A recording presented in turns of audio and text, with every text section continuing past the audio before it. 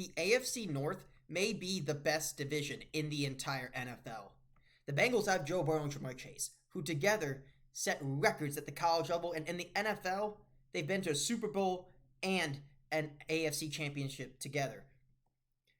The Baltimore Ravens have Lamar Jackson, a unanimous MVP. The Pittsburgh Steelers are one of the most stable organizations and most successful in the entire league. And the Cleveland Browns, though they have been bad, have had premium draft capital to build a competitive roster.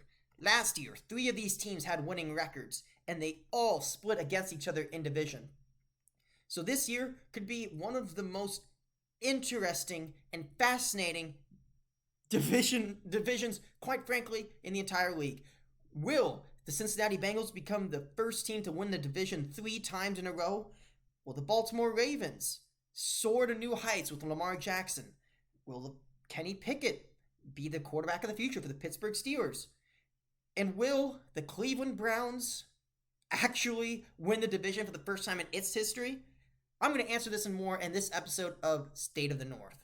So, a few things to talk about. First off, this video is going to be long.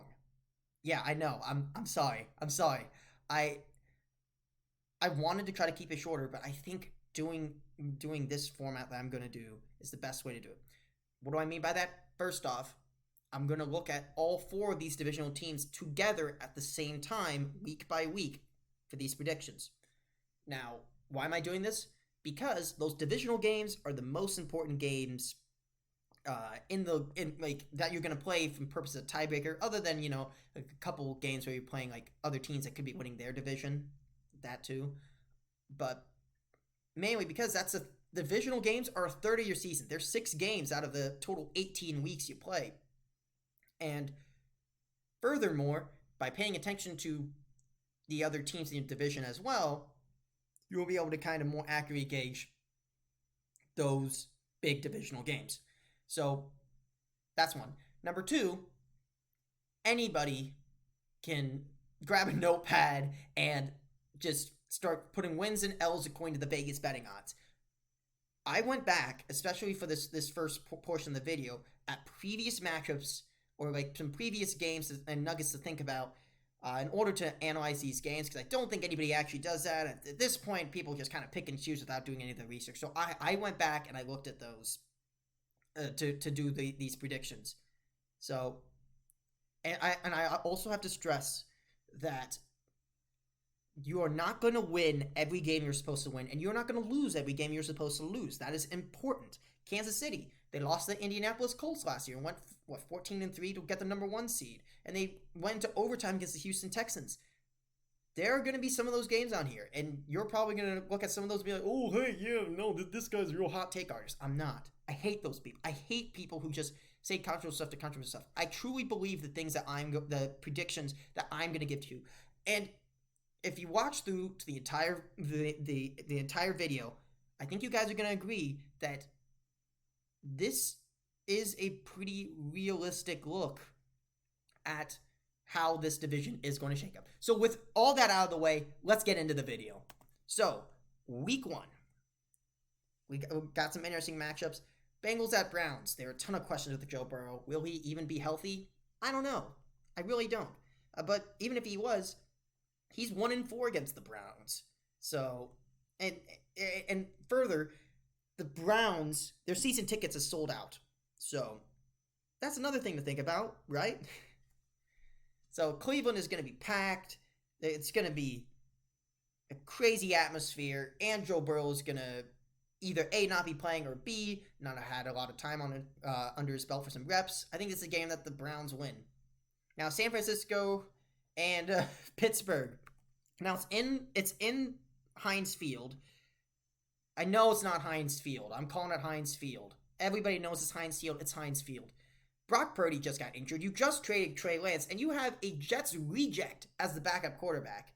So, with all these things, Pittsburgh should be the favorite. But they're not, and I don't know why. Mike Tomlin is 13-8 as a home underdog. And I think this is going to be just another statistic. He's going to go 14-8 as a home underdog now. I don't understand why people are betting the 49ers there. I think that's a game where Pittsburgh wins. Now, Houston and Baltimore, all of all conventional logic says Baltimore's going to win this game. Baltimore's going to win this game. Baltimore's going to win this game. And I really want to pick Baltimore to win this game. Here's the problem. I'm getting the vibes of one very particular game that happened last year. The San Francisco 49ers. They went to the NFC Championship 2 years in a row.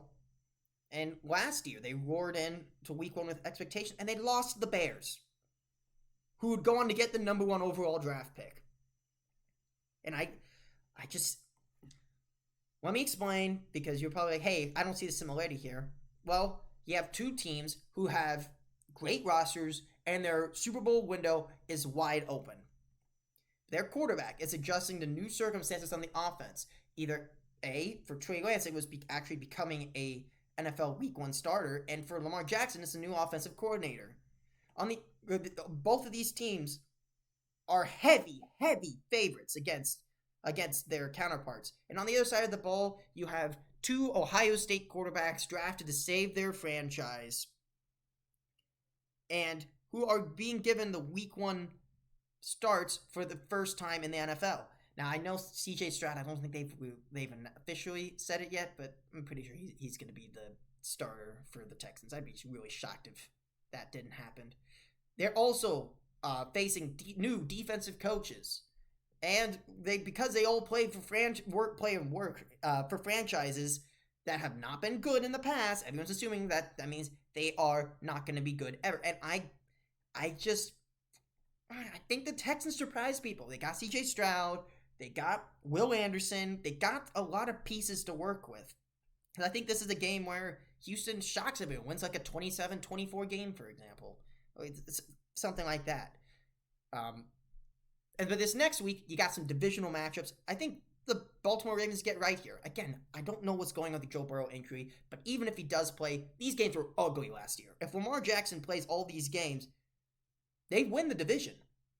Because against Tyler Huntley, the Bengals had to claw those final 2 games away. So I think this is just a bad matchup for the Bengals. Joe Burrow's coming off the injury. And I think Lamar's gonna be a little bit better, against that defense because Bengals defense lost pieces. They lost Jesse Bates, they lost Von Bell. So this is another nice get right game for the Baltimore offense. Now, Browns at Steelers. I looked back into the divisional matchups between these two in the past, and it's a tale of 2 entirely different games. So the one thing I immediately thought was that, oh, you know what? Mitch Trubisky probably sucked in the first game. Kenny Pickett probably played better in the second game, and that's probably what happened. But they played very similar. I mean, just look at these stats. Same number of sacks, about the same average. It's the average and the yards and even the attempts. And do you know what the difference was? It was the Cleveland quarterback play, not the Pittsburgh quarterback play, that determined this game. Jacoby Brissett played well. Browns won the game. Deshaun Watson self-destructed and had 2 interceptions and 7 sacks. Yeah. Then they lost that game. So the question is, will the Predator? No, not that Predator. This Predator. Will this Predator actually be able to play decent against Pittsburgh? And I think they will for that first game. I feel like that's one where the Browns shock a lot of people. So, keeping things rolling. Baltimore, Colts. I see Baltimore winning that game. Anthony Richardson's young quarterback. The Baltimore defense is going to be vicious. So, I think Baltimore wins that game. Browns at Titans could be an interesting one, but I'm just going to roll with the Browns here. Mainly because that could be an ugly game, but the Browns have home field advantage. The Browns have gotten better. We don't even know what the quarterback situation is going to be in Tennessee, so who knows? Now, the Bengals-Rams game, I have the Bengals winning. This is a good get-right game. I know they lost in the Super Bowl 2 years ago, but last year, we saw what happens when there's a Super Bowl rematch a couple years after the game. So Super Bowl 55, the Chiefs lost Tom Brady, giving him a seventh ring. But when they played in the regular season last year, Kansas City throttled them. Now it was not nearly as close as the score indicates. So some of that was Tom Brady in garbage time. But also, last year the Bengals followed a very similar path where they had two rough games and then they had a good bounce back game against a bad team. And I think there's gonna be a little bit of revenge, or at least maybe the Bengals are gonna be feeling that way. So I think that's good when they win. Now the Steelers and Raiders, I got the Raiders winning this one. I looked back at the matchup from last year, and Kenny Pickett didn't play particularly well. The thing that swung this game was that Derek Carr completely self-destructed. 3 interceptions, 3 sacks. And I think Jimmy Garoppolo is going to be better. I don't think the Raiders are going to be nearly as bad as everybody thinks they are. So, I think, that was even with Kenny Pickett having a clean pocket, and he still threw an interception. And this was towards the end of the year when Kenny Pickett was starting to get more snaps. Could Kenny Pickett become a superstar and absolutely carry Pittsburgh in this game? They could. The Raiders' defense is bad enough that could happen. But I think the Raiders get one up on them. Now this week, Steelers beating Texans. TJ Watt's going to eat CJ Stroud alive. The Texans' offensive line is pretty bad. So TJ Watt's going to have a feast. Now the Bengals-Titans, we saw this game twice in a row. Once in the playoffs. Once the regular season, it went exactly the same way. I don't understand why we would expect a different outcome there. Ravens-Browns, that's an interesting one. They split, but one of those was because Tyler Huntley was your quarterback. And further, looking at the crosstabs, I couldn't see any super particular things that would give me a better indication to predict this game. Like, Lamar Jackson played fine. Tyler Huntley was bad. Deshaun Watson played worse than Jacoby Brissett. So the more I think about it, the more I think it just comes down to the matchups. Like, this new offense, I think, is going to really work with Lamar. But I feel like this is a game that could be not great for him. Mainly because I think Myles Garrett and Zadarius Smith can speed up Lamar Jackson's tempo. And if Lamar Jackson, especially early on in the season, has to speed up his rhythm, I don't think he's going to be quite as effective. I think he could make a couple mistakes that the Browns could capitalize on. And Browns have home field advantage. And this is early on in the season where, every team has a ton of hope. So I think the Browns could steal this game away. Now the Browns are going into the bye week, and the Bengals being the Cardinals are going to stink. Okay, Cardinals are going to be bad. Baltimore and Pittsburgh, though, they split last year, but that was when Tyler Huntley was the quarterback. And Tyler Huntley's fine, but he's not Lamar Jackson. And so I feel good about Baltimore here. Now, Pittsburgh is in the bye week. So, Baltimore, Titans. That could be an ugly game, but Baltimore's going to win that one. San Francisco 49ers and Cleveland Browns, that could be an interesting one because the last time that Brock Purdy really turned into a pumpkin was against the Dallas Cowboys, who had a strong defense with great edge rushers like Micah Parsons. So could the Browns defense really come out with a solid game plan after the bye week and take a shot at the 49ers? They could, but I just don't think it'll be enough because I feel like the back half of the defense for the Browns is not up to par.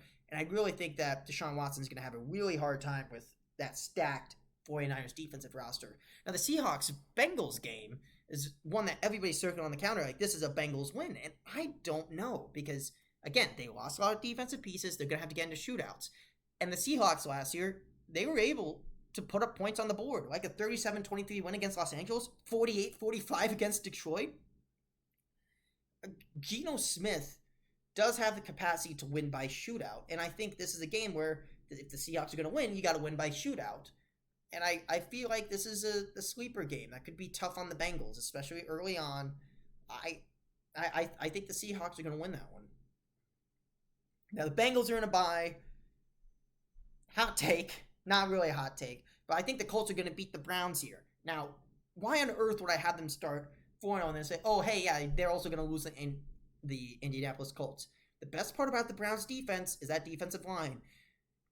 Myles Garrett and Zadarius Smith. Do you know what is kryptonite, or at least like nullifies the power of a great pass rush? Running quarterbacks. You know what Anthony Richardson is? A running quarterback. I feel like there's a chance that Anthony Richardson is able to shake loose and able to make a lot of good plays downfield.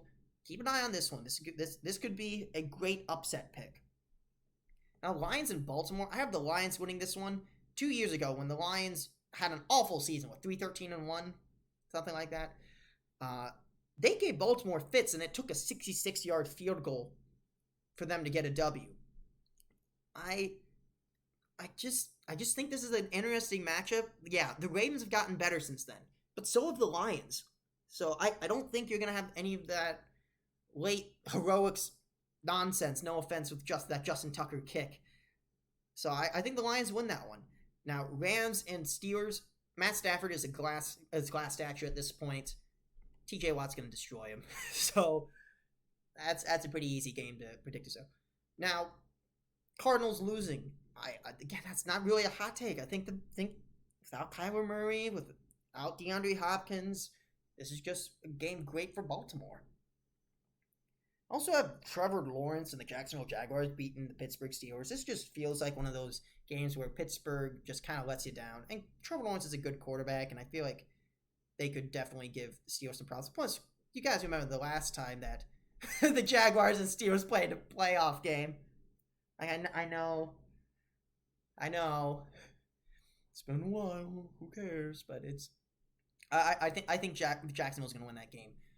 Browns Seahawks, kind of a similar thing to what I said about the Bengals Seahawks game. I think the Seahawks can win a shootout, and that's what you'll have to do against the Browns too. So, and the Bengals 49ers. Bengals are coming off a bye week, just like the Browns did. But I actually have a little bit of data here. So, when the 49ers and the Bengals played against each other, it was a close game, and that was with Joe Burrow getting sacked 5 times. The offensive line has clearly gotten better from last year, and I think this is a game where the Bengals shock people and they win here. I just feel good about that prediction. And now we're at the trade deadline. So these are the standings that I have right now at the trade deadline. So Baltimore's 5-3, Browns 4-3, Steelers 4-3, Bengals 4-3, and in the red I have the divisional records. So I have Cleveland starting hot against the division, and Steelers and Bengals not so much. So this is the part of the prediction video that becomes a little bit more volatile to predict, if you will, because so many teams could trade for anybody.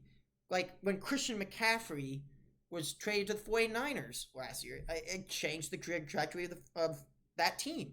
When Von Miller was traded to the Rams, that completely changed that team. So from here on out, things get a little bit more interesting prediction-wise. So I'm just going to kind of go with my gut and kind of just give you guys what I think is most reasonable prediction at this point. So first and foremost, this week, I have the AFC North sweeping. So I got the Browns beating the Cardinals. That's not a hot take.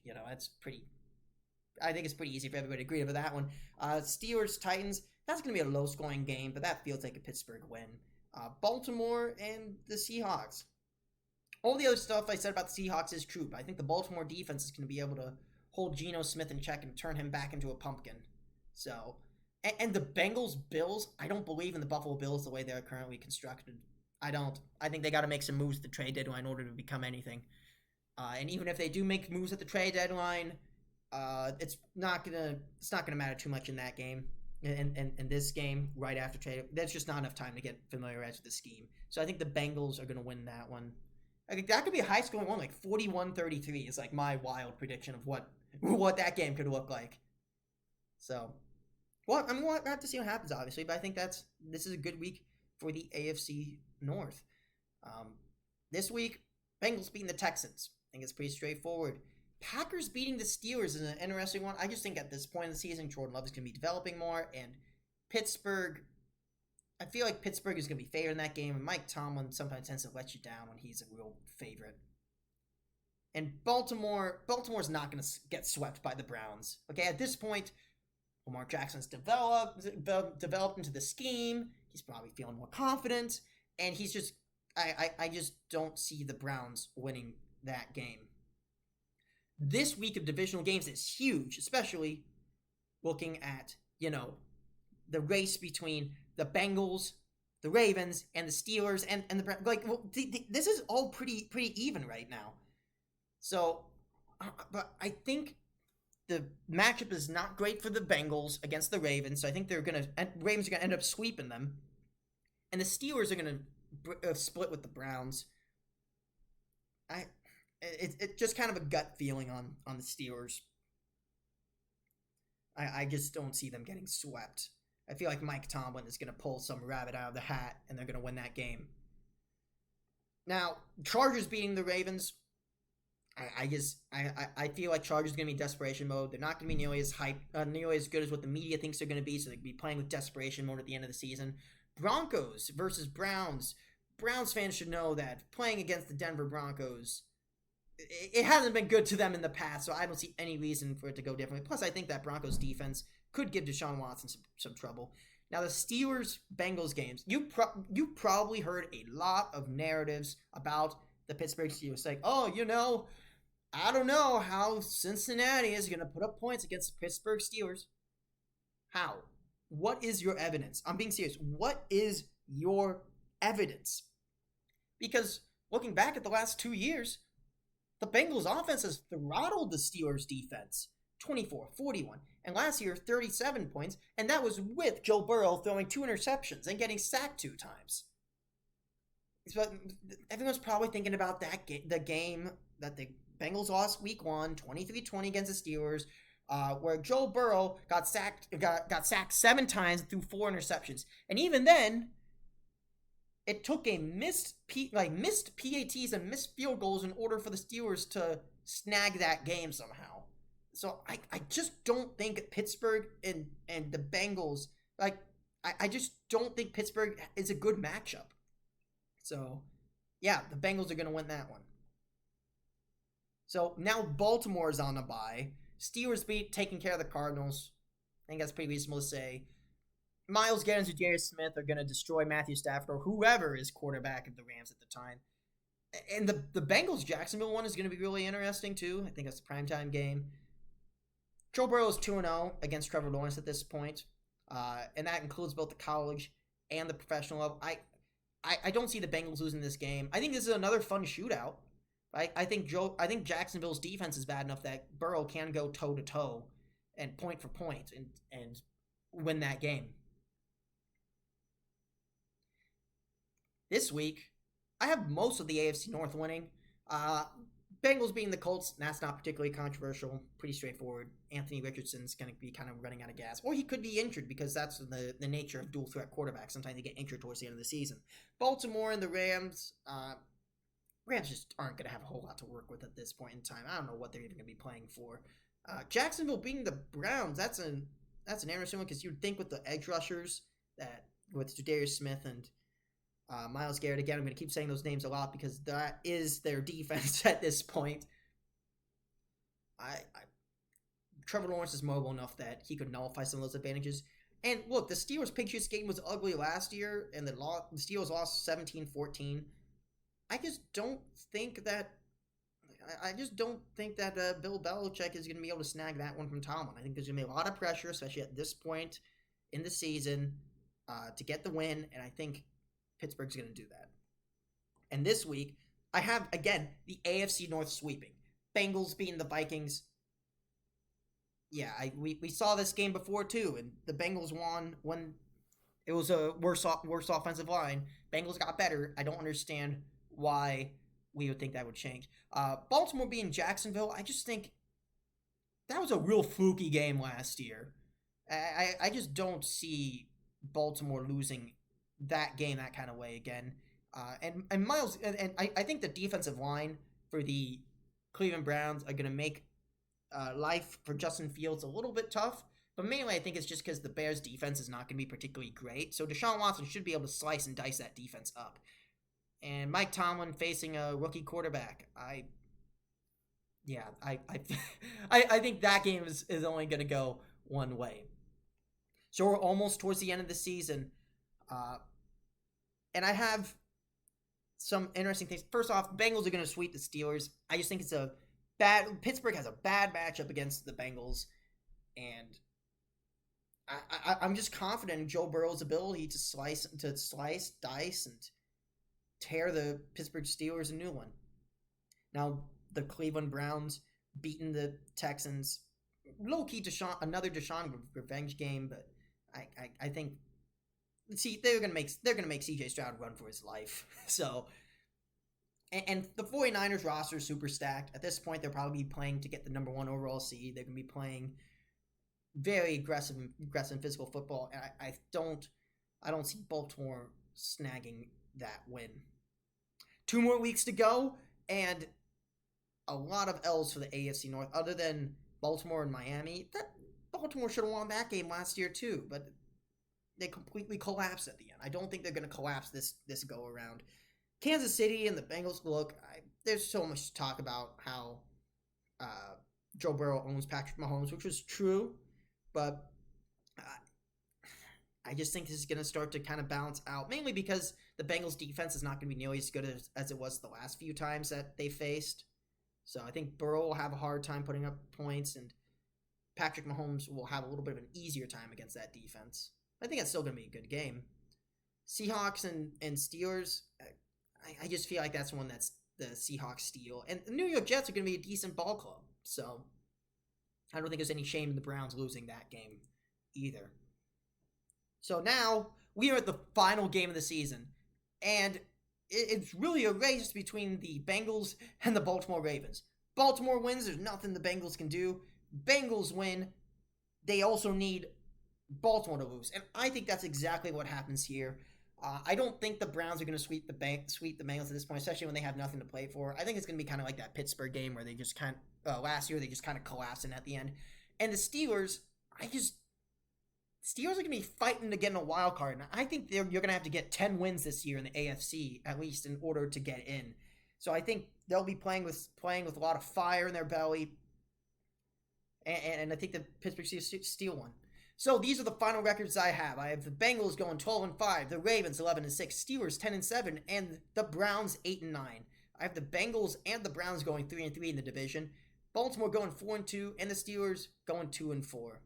So that feels pretty realistic, especially because they are playing the NFC West and the AFC South. There are a lot of W's there. So I think this prediction kind of makes sense.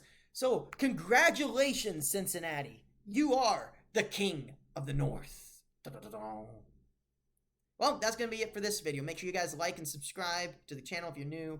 Share the video with your friends. That out of the way. See you later.